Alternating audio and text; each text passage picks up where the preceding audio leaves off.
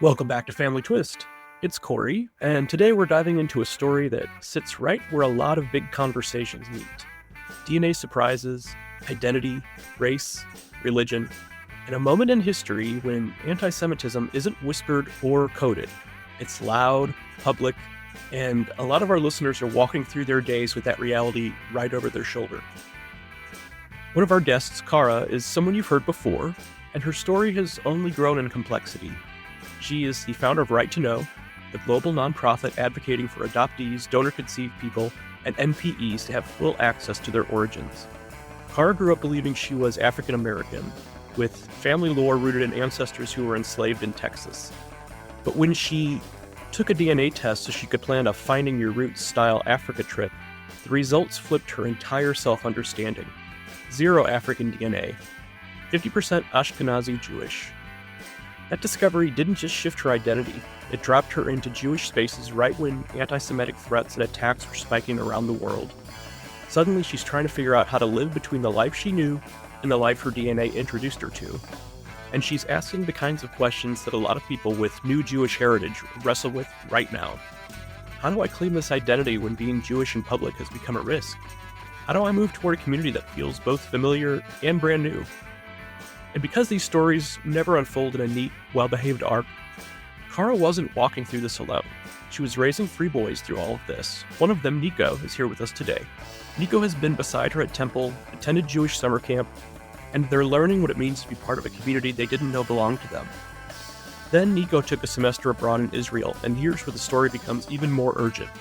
Nico was in Israel when Iran launched missiles. Middle-of-the-night sirens, bomb shelters, sleeping underground, and eventually boarding a cruise ship escorted by the Israeli Navy to Cyprus. This is not a theoretical conversation for Nico. In this episode, you'll hear Kara talking about telling her dying father the truth and hearing him say the words that changed everything. You have a right to know who your people are. You'll hear what it felt like to walk into a synagogue for the first time as an adult and look around and think, I finally look like the people in this room. And you'll hear Nico talk about what it's like to normalize danger as a teenager, how fast you learn to respond to missile sirens, and how facing that kind of fear changes the way you understand your own life. If your own DNA surprise has shaken how you understand your race, your religion, your culture, your family, or even the stories you were raised on, or if you're trying to understand what it means to be Jewish right now, this episode is especially for you. All right, let's get into our conversation with Kara and Nico. So I'm Kara, and in 2018, I had a DNA surprise. I had asked my dad to do an Ancestry DNA test because I wanted to know where in Africa we came from. We had traced our ancestors back to 3 slave brothers who were sold in Texas, but I wanted to take my sons on a Finding Your Roots tour in Africa. And so I wanted to know where. And my dad was a little reluctant. He was like, oh, you know what they've done to our people, baby. That's not a good idea. But I convinced him. Neither of us felt anything weird about doing it, only that we thought maybe our information might be exploited. Which now I think back on, it's kind of ironic after the 23andMe hijacking Jewish DNA. So I did the test. I got my results back, and my pie chart showed me 50% something. I thought I was half Black, so this made sense in my weird brain for about 3 seconds until I realized there's no such thing as being half Black with DNA. So I read what it said, and it said Ashkenazi, and I had no idea what that word meant. And it sent me down a road of feeling totally turned upside down, not understanding who I was anymore, trying to rebuild a sense of self with pieces that I didn't understand. And it's been a long, long road for me. I will say, for people who don't know, Ashkenazi is Ashkenazi Jewish, Eastern European. Yes. So it turns out I'm 50% Jewish, and I have 0 African DNA. Even my husband, who's like English and Scottish, he has like 1% African DNA. So it was really a slap in the face for me. Yeah. Kendall has 1.8%. No, I have 3. 3, okay. And sometimes people say, well, didn't you look in the mirror? How could you not tell? But we believe the stories that our parents tell us. And I was just dark enough to pass and just not white enough for my mom's family to be like, yeah, you got some color in you from somewhere. So Right. And how long ago was that? How many years? 2018. Okay, all right. So Nico, you would have been like what, 12 or something? I would have been 8 years ago, so I'd be 9. So Cara, how do you explain to your children that, oh, remember when we thought we were a people of color in part Africa? Yeah. Well, it's a huge thing. I know for people with a DNA surprise to navigate, what do we tell our kids? Do we tell our kids? I wasn't going to tell my dad at first because my raising dad, because he was dying at the time and I didn't want to bring extra stress on him. But I know I have the worst poker face. And I just, every time I saw him, for like a month, like it was around the holidays and I was right after the holidays and he was singing a Christmas carol and he's so out of tune. And I was like, I sing horribly like, wait, not like you anymore. What? Like I just couldn't, I was choking on my words. So I decided to tell him. And then because I was crying all the time, I was distracted, I was not mentally available for the family. My husband and I just felt it was necessary to tell our 3 children. Nico was the youngest. The oldest is 6 years older than him. And, we experienced things as a family together. I also felt that I don't have the feeling that it was a secret held from me. I really think my mom just didn't know who she thought her husband was my dad. It was a secret in some fashion. And I didn't want my children to have to experience that sense of secrecy as well. So we did tell them. I don't think it was that big of a deal, though. It wasn't like a sit down. No, I don't even remember how it happened. Just it yeah, it wasn't like you said, like, I think you were like, because you already sit us down every once in a while for like your family discussions, like, this is what's going on. Yeah. And so we were like, hey, can everyone come out to the couch and sit down? And yeah. Then you were like, yeah, that grandpa is not biological. Yeah, but grandpa's still grandpa. Yeah, grandpa. Yes. Right. And we have grandpa to thank for the right to know the name of the organization. Right. Because every time I would go see him, he would be like, baby, you have a right to know what your history is and who your relatives are. He was the best support that I had at the time. But it's an interesting thing for the kids. I grew up experiencing racism in a different way than I think people who aren't mixed. Even though I technically wasn't, I still thought I was. And the boys experienced that. Before Nico was born, my dad had taken the kids to the mall, and like the mall cop followed them around because he was this black man with these 2 little white boys. And, did you take them, or is there an issue here? And that stuff is subtle, but they grew up with it. What was the process like of starting to embrace the Jewish side of your ancestry? It took about 5 months to identify who my family was, even though, surprise, you're Jewish, you have 38,000 relatives. They're all pretty distant. I think now I have like 60,000 or something. Wow. Thank you, endogamy. So my family did not want contact, really. And my husband knows how much my ancestry, my history is important to me. I think it is to a lot of people subtly who have a DNA surprise. They're the ones building the trees, And so he said, hey, let's go learn about what it means to be Jewish together. So he signed us up for this Intro to Judaism class. It was like a 12-week class, and we went together so I wouldn't have to go by myself for a few months once a week. And as we were sitting in the class, he'd be like, this is totally you. So just a lot of the philosophy, how I've raised my kids, the morals and the ideals. Just frankly, Christianity has never set well with me personally. And it's amazing how much you don't realize it till you look at, I've studied different religions, but Christianity really permeates American society in ways that are subconscious. And in the Intro to Judaism class, I felt more and more of a connection to the information and the things that we were learning about.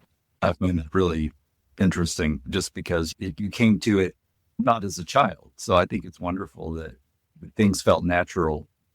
It was definitely a natural space for me. Incidentally, it was the temple that my genetic father went to, and a lot of my family was there. So it was a little bit of an uncomfortable space. So my extended family, I went searching. They call it shul shopping. I was searching for a place, and I went on this Jewish women's retreat, and they were like, oh, you have to come to the temple B'nai Torah in Seattle, but wait till we get a new rabbi because she's going to be amazing. The one now sucks. So I went on the first day. So this was the second time I'd been in temple. The first time I met another woman who'd had a DNA surprise in the area, and she was Jewish. And she's like, come to temple with me so you can see what it's like. And I was like, okay. And it was like right after the Tree of Life shootings. And so it was quite an experience. But one of the things that struck me even then, this is a solemn thing, is everyone's in the corners talking. Like the rabbi's talking, but everybody in the back is talking. Like, have you been, I don't know, I went to Black Baptist church and people talk some, but in most churches, you're quiet while the preacher's talking.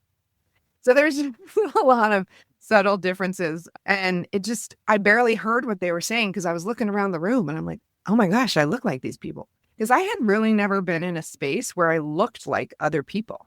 And this is at a time when all of a sudden anti-Semitism is loud and proud and, well, all over the world. But I mean, it's just, super okay to say whatever you want because of, who. No, you can say the assholes' names. Well, I'll go back to the temple. So when I went by myself for the first time, I sat in the back because I sat in the parking lot for like 15 minutes because I was a little nervous to go in by myself. And when I finally got up the balls to go inside, I sat in the back, and she does a lot in Hebrew. And I had heard it before. I felt it. Like it was one of those experiences that I don't think you can explain, and people who think such things are hokey or not true wouldn't understand. But if you've ever had an experience like that, where you felt something before, where you've known that thing before, even though it's the first time you're getting it now, that was me then.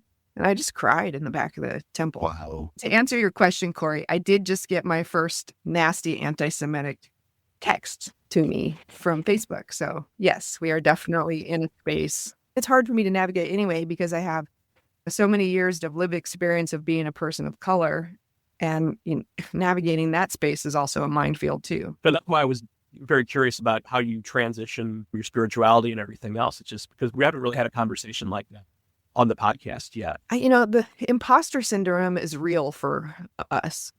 And you're an imposter in so many different aspects of your life, because you have your old family, and in a way you kind of feel like an imposter there too, because like you're not related to them anymore. Yeah. And yes, they're your family, but there's just still this weirdness, and you have to manage and grapple with that.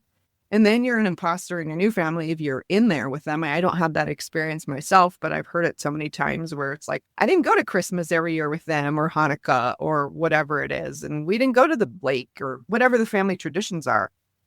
And so I think it's the same thing with a new ethnicity or a new religion in my way. I mean, I'm definitely not religious. My mom was anti-religious, and I'm not sure I would call myself religious now. Being Jewish is like the most complicated question. Is it DNA? Is it culture? Is it religion? There's all these things.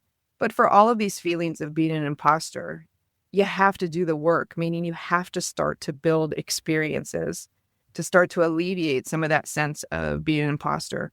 And, I've been doing this now in the Jewish space for 5 years, and I'm just now starting to feel comfortable. I have some lived experience to go along with it. I still sometimes feel like an imposter, but it's there. So what does my lived experience look like? It's going to events, drag Nico along with me sometimes. I went to Israel twice. It's trying to build those experiences, cooking foods that are Jewish. I think that's great. I mean, you made me think about, I remember being like 7 or 8, and we always went and visited my adoptive father's sister. And I loved being, around the family. But I remember they didn't know a lot of their own history, but what little pieces that they would talk about, I remember being so excited and so interested. And at the ends of the conversations, they'd be like, yeah, but that's not really mine. You know what I mean? Like it was like, oh, yeah, well, you guys had some cool stuff going on, and I don't really, you know what I mean? Like I felt part of it, but then I felt like I was viewing from the outside. Someone else's story. Exactly. And then, yeah. So when I really found my biological family, and my sit down with my God-loving, my brother, my half-brother that has so much history, about our family, it was just fantastic. I wept, it was just amazing. It's over silly. like our great grandmother, he'd say one little thing about her, and I'd just be like, oh my God. It was just hilarious, because it was like, it's really not that big a deal. I'm like, it is. I knew nothing, But it's the little things that matter. Exactly. So it's a process. It I mean, daily. So, Nico, your mom was talking to the other board members earlier this year and sharing information about your trip together. And we were all kind of excited and we were watching on Facebook. And at first it seemed like a wonderful adventure. But can you kind of go to the beginning of the trip and just talk us through? Well, I will say, because Nico was so young, Nico's been going to more things with me than any of my other kids. One of the biggest things about Jewish identity is summer camp. One of the things that just, I was 9 when it first happened, and so I was the one who got dragged everywhere. And so when I first went to temple, it was a very new experience. I've been to Christian churches and I've researched on my own into Hinduism and Buddhism, but I'd never really researched into Judaism. And so it was a really new experience. As my mother said about like the talking where the rabbis talk, you have conversations and you discuss even while the rabbi's talking. So that was very new. It was a very new thing. And while I was there, I'd heard from a couple of the other kids, or I think my mom also heard it from a couple of their parents, told this camp called Camp Talisman.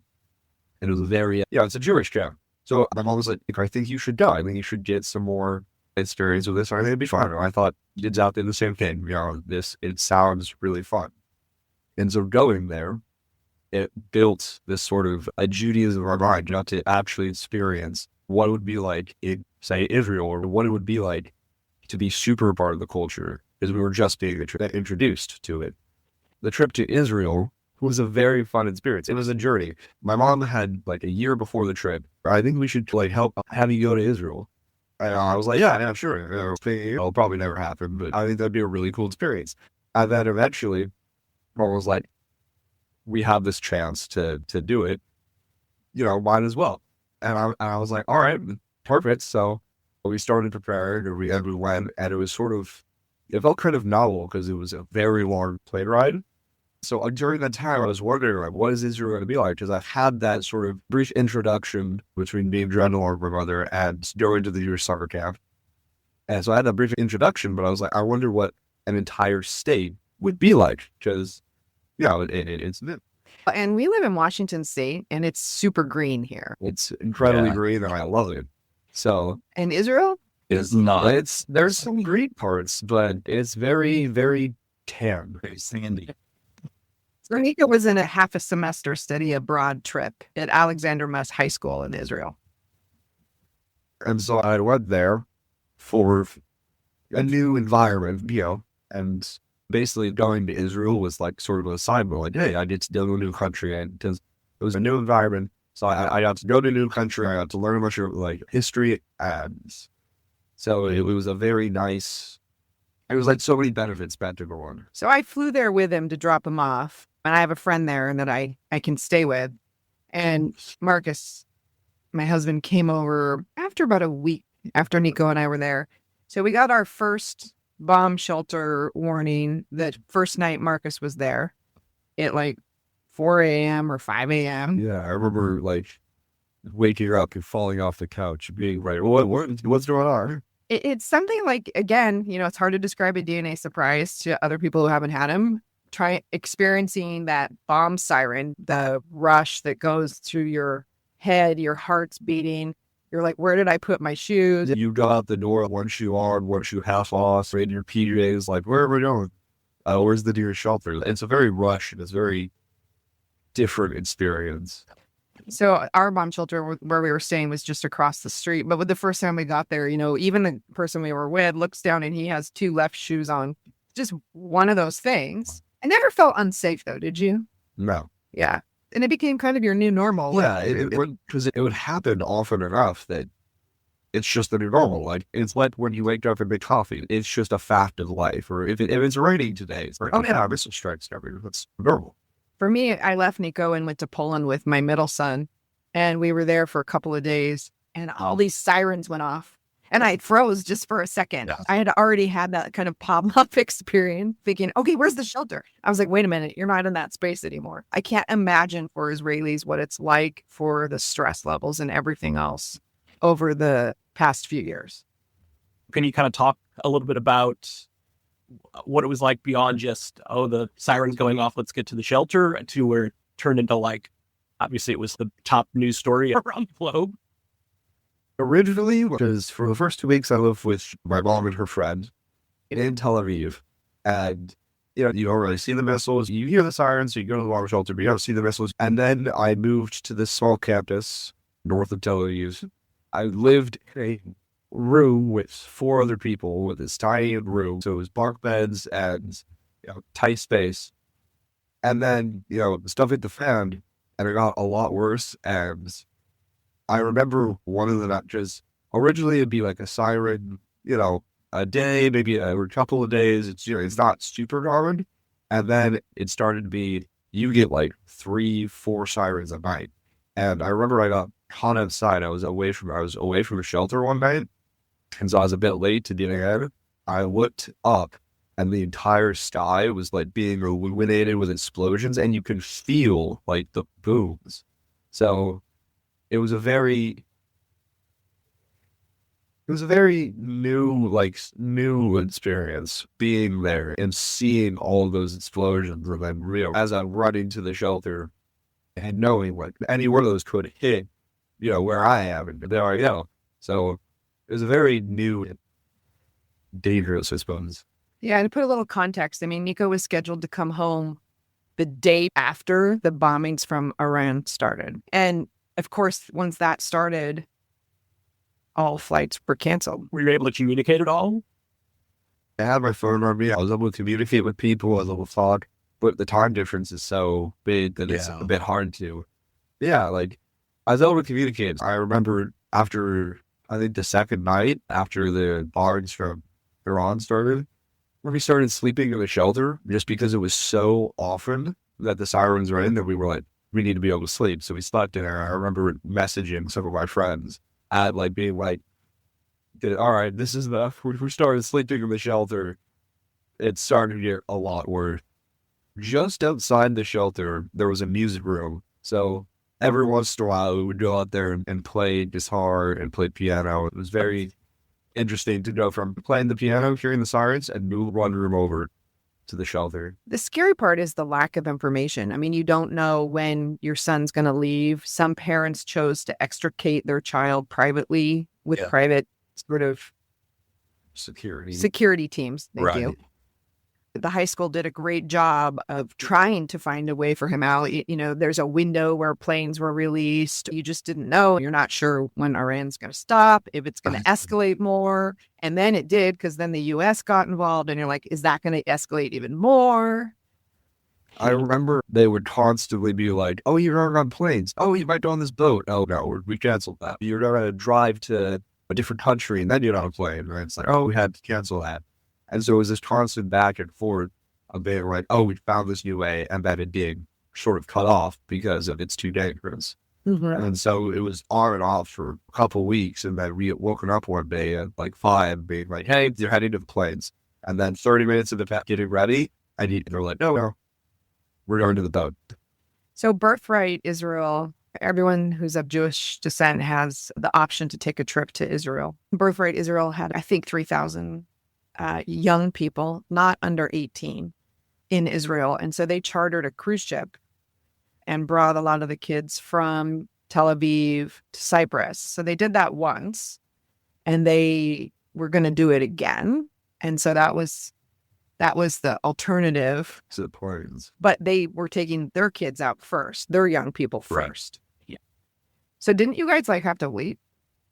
I don't know. Just when we got there, we were some of the only people in the line to get on the cruise ship. I think some of the people's cars didn't work, and then our car, we opened it up, and a guy was in the room. We were like, what?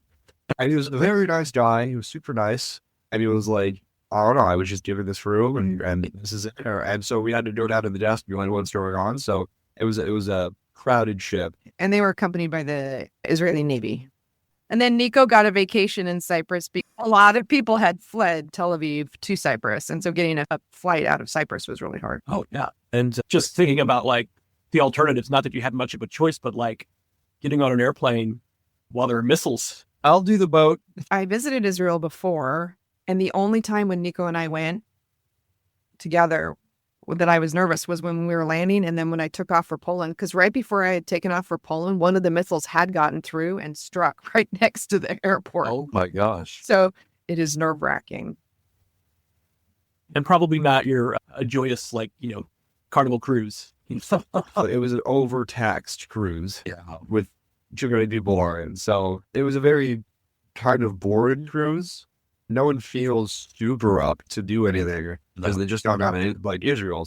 First cruise ship was a party. Everyone was so excited to be leaving that all of these 20-somethings let loose, right? So when they stuck these kids who were all under 18, they had some pretty strict rules for them. Yeah. So for Nico's experience, it was very boring, but a lot of the kids on there, you have all this pent up anxiety that gets released. Yeah.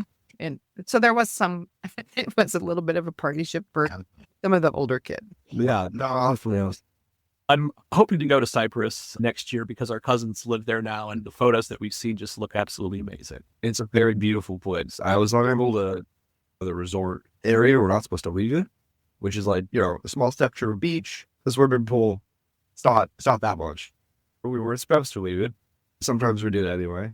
Yeah, he didn't get to see anything, unfortunately. He needs to go back to have a real Cyprus experience. We were living in Moscow, and so we took a vacation from Moscow to Cyprus a long time ago.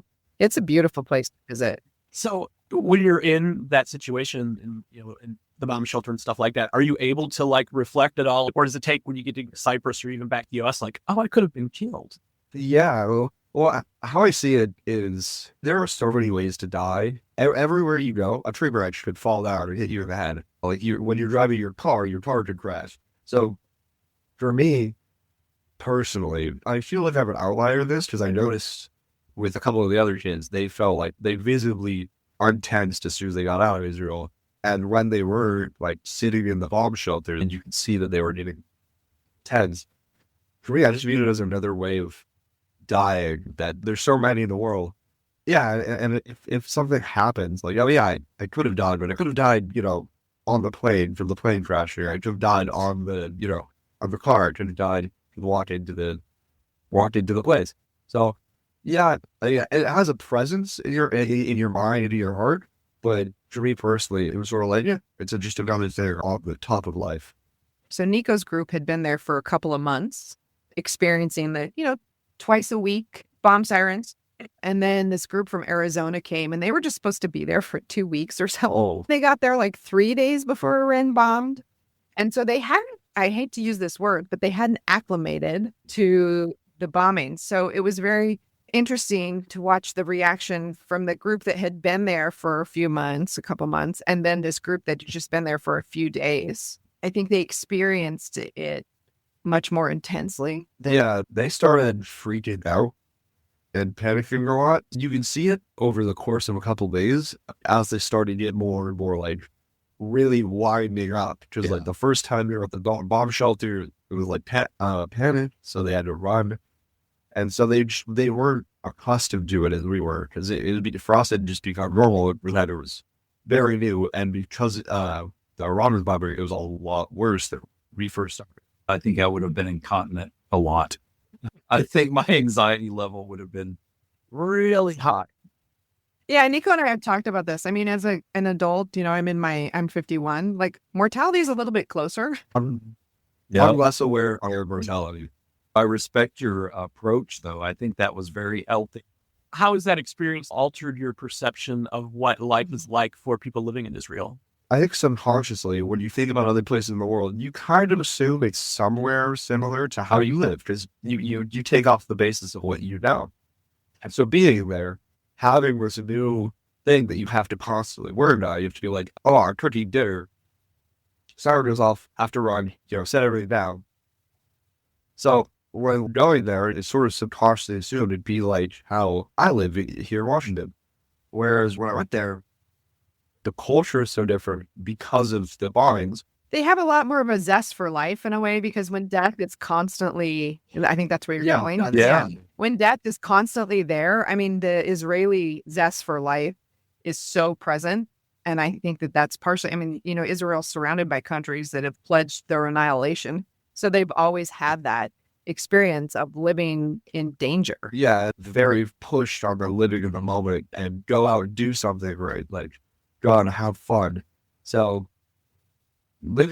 going there and being like, oh, this is such a big new worry that you have to worry about. It really puts a lot of into perspective like, oh, this is what people have to deal with. And because of them dealing with it, their culture has become so like rich with living in the moment and go out there and live life.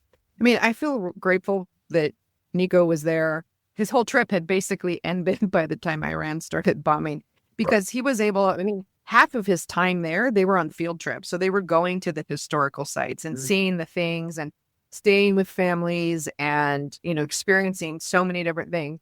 What was your favorite thing that you... Masada was really cool. Yeah. So Masada is this kind of mountain. Mhm. Yeah, it's this mountain that's sort of separated, and it was used as a Roman fortress for a little while. And it was a very long time ago, but some rebelled against Rome, and they were like this last little fragment, and they went up to the top of Masada because it's really just a straight pillar. Jewish rebels against the Roman Empire went up there, and they survived under siege by the Roman Empire for a very long time until eventually the Romans built this, like, just through sheer amount of dirt, they built a ramp. And slaves. Yeah, and Yeah. slaves. And they built a ramp up to it. And so instead of just, they it wasn't that many Jewish rebels versus a lot of Romans. So we know what's going to happen to us because it's the Romans. We would rather die than allow that to happen. So a group of 10 people were chosen, and they killed everyone. And then they fell on their own swords. Wow. And see little defiance. But being out there and seeing, like, you can see what the Romans did and then what the Jewish rebels did to alter the homes. You can be like, oh, you can see how that house, but you can be like, oh, that is a cooking place. That's where they lived, right? And he got to do things like they hiked from the Mediterranean to the Canara, which is the Sea of Galilee, Yeah. That was also very cool. for 3 days, right? Yes, it was a 3-day hike for Wow. We don't ask you to spill any secrets about living in the moment that your mom doesn't know about. So what did you do your last night? We talk about everything. One of our last nights, one of the kids had somehow gotten a bottle of whiskey on the campus and a pizza. So you can order, it's like the Uber Eats. Yeah. So you can wolt basically anything, and they will get it to you no matter what. So you got Wow. the bombings, and people are still delivering food. They're still delivering truth, like And whiskey, apparently. Yeah. So they delivered a pizza and whiskey, and so a couple of the guys went up to the roof. And I followed after like 10 minutes. Where you want to be in the middle of bombing. Up Sure. on the roof. Yeah, With well, whiskey. Well, the siren hadn't happened, so we were sitting up there, and whiskey and pizza, and just staring at the stars, Wow. the skyline. And so it was one of those moments where you stand there and you're like, "This is a great moment. I'm gonna remember this for very long." And his mother, of course, when he told me this, I'm like, oh my gosh, what were you? You're like, they're bombing and you're on a roof. But okay, you made it. If a missile hit building, even if you're in the shelter, it's a missile. So to bring things full circle, Cara, how does your family celebrate the December holidays now? It's complicated because I actually, before my discovery, I had already sort of was phasing Christmas. I just don't like the commercialism of Christmas for me. I love the Christmas tree and the family gathering and appreciation and the time for really focusing on that. So we were already moving away from Christmas in the Americanized version of Christmas. But we have a whole bunch of little things that we've been building together of different customs, like the Yule log and the tree, and just sort of building our own sense of what we had wanted for a holiday. So we were already at that point. And then, now we have Hanukkah in there, which, who doesn't want to eat a lot of fried food? I love donuts. Our family loves donuts. Which, if you're going to be in Israel, going during Hanukkah is amazing because the level of donuts there Oh, just really? blows our donuts through the roof. Oh my Wow. gosh. I mean, I just ate my way through donuts. So we do celebrate Hanukkah. We light the Hanukkah. And, there's a beautiful idea in that the shamash is the candle that you use to light the other candles. And, it's analogous for Jews being the light in the world and doing the right thing. And so there's a lot of beautiful traditions in some of the cultural aspects of Judaism that I really appreciate. So we have sort of a long month, depending on when Hanukkah is, Yeah. of celebrating winter holidays. I think we've created our own holiday. Yeah. Yeah. And so one of our family traditions is to make a whole bunch of finger food and watch movies all day on Christmas. So that's what we do Christmas Day. But we, as a family, we all go to Purim. I don't know if you guys are familiar with that Jewish holiday, which is like Halloween meets Mardi Gras. And that's a lot of fun. And then they come to Passover and sometimes Rosh Hashanah and Yom Kippur is so solemn that I haven't really asked them to participate in that particular thing. Being Jewish today, as you brought up, Corey, is so complicated after 9/11. You know, I've experienced racism firsthand as a child, being called horrible things that you don't want to say on radio. But then, like, my husband and I were doing, we went to a show and stayed the night downtown Seattle, and there was a pro-Palestine, and I wear my Jewish Star of David, you know, and I was thinking, and I had to walk through the protest to get out of the hotel. There was no other way to go. And there's that little bit of fear first that runs through you. Is something going to happen to me as I walk through this crowd? It's amazing to me how many people want to hold me responsible for what's going on in Israel. I didn't vote for Netanyahu. Right. People want to hold me responsible for what's going on in the United States. I live here. I'm a citizen. I voted. I may not have voted for the current president, but he is my president. And so you can hold me a little responsible for what's going on here. You don't hold a Hindu responsible for what's going on in India. So that idea that somehow the Jews in the world who have no voting power in Israel are responsible for what the Israeli government is doing, it's very troublesome, especially because you add the physical fear of being molested or hurt. It's a hard space to be in. Well, hopefully this will end on a lighter note because, Cara, we kind of switched things up since the last time you were on the show. But the final question that we ask guests now is that when you were going through this and when you were going through your DNA discovery, is there a musical artist or a song that you leaned on, Cara? That's a no-brainer for me. Oh, yeah. Zara Phillips and Run DMC have a song that most people don't know. Run DMC is adopted. Zara's adopted. And their song, the lyrics of their song is, you know, I'm starting on chapter 2.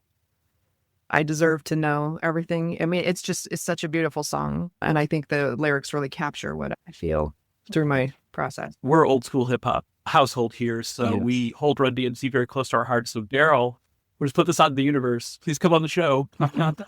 Actually, Zara's coming to the next Untangling Our Roots, and she's going to be playing.